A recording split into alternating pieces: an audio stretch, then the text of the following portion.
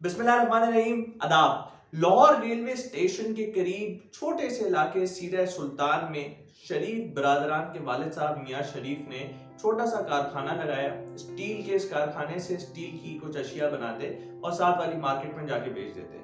सवाल यह है कि ऐसी कौन सी जीनियस बिजनेस स्ट्रेटेजी थी कि उन्होंने इस छोटे से स्टील के कारखाने को हाउस ऑफ इत्तेफाक शरीफ खानदान के बड़े बिजनेस एम्पायर में तब्दील कर दिया।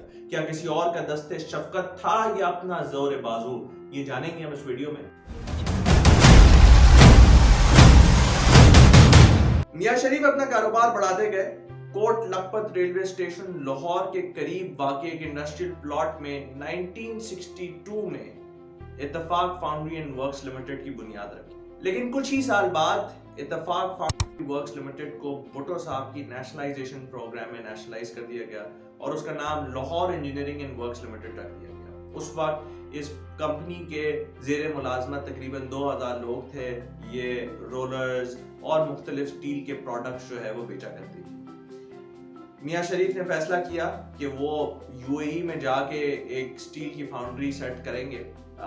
जब तक उन्होंने वो फाउंड्री सेटअप की 2 साल बाद वो पाकिस्तान वापस आए और फिर कुछ ही अरसे बाद भुट्टो साहब की हुकूमत को गिराए जाने के बाद ज़ियाउल हक ने अपना दस्ते शफकत शरीफ खानदान के ऊपर रख दिया।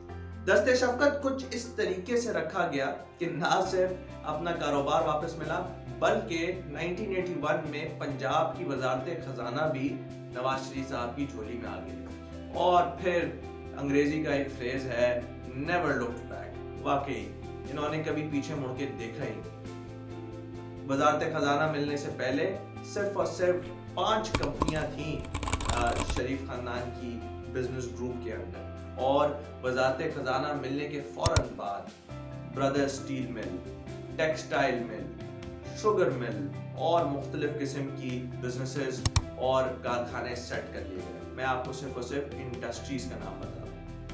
ये याद रहे कि 1981 से लेकर 1985 तक वजीर खजाना रहे और उसके बाद उन्होंने चाहा कि क्यों ना अब मैं पंजाब का वन एंड ओनली प्रिंस बन जाऊं। पाकिस्तान के साबिक वजीर दाखिला नसीरुल्लाह बाबर कहते हैं कि शरीफ खानदान ने इस दौरान फॉरेन अकाउंट्स बनाए और वो बेनामी अकाउंट्स में फॉरेन बैंक से लोन लेके इन बिजनेसेस के अंदर इन्वेस्ट किया गया। 1985 में वजारत आला के बाद प्रिंस चार्मिंग ने कहा कि क्यों ना अब मैं पाकिस्तान का किंग बन जाऊं। और जब 90 की दिहाई में वजीर आजम मुंतखब हुए तो शरीफ खानदान की वेल्थ का जो तखमिया लगाया जाता है एक पर्टिकुलर ट्राइब्यूनल की रिपोर्ट के मुताबिक वो तकरीबन 6 बिलियन था।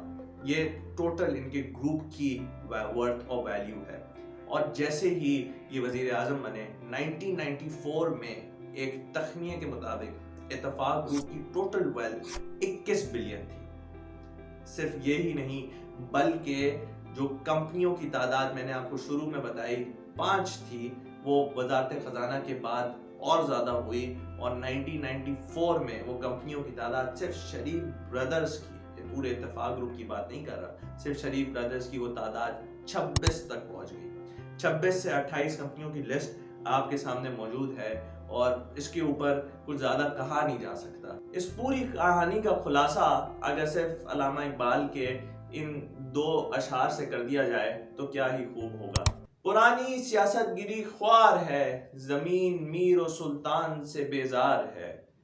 गया दौर सरमायादारी गया, गया दौर सरमायादारी गया, तमाशा दिखाकर मदारी गया।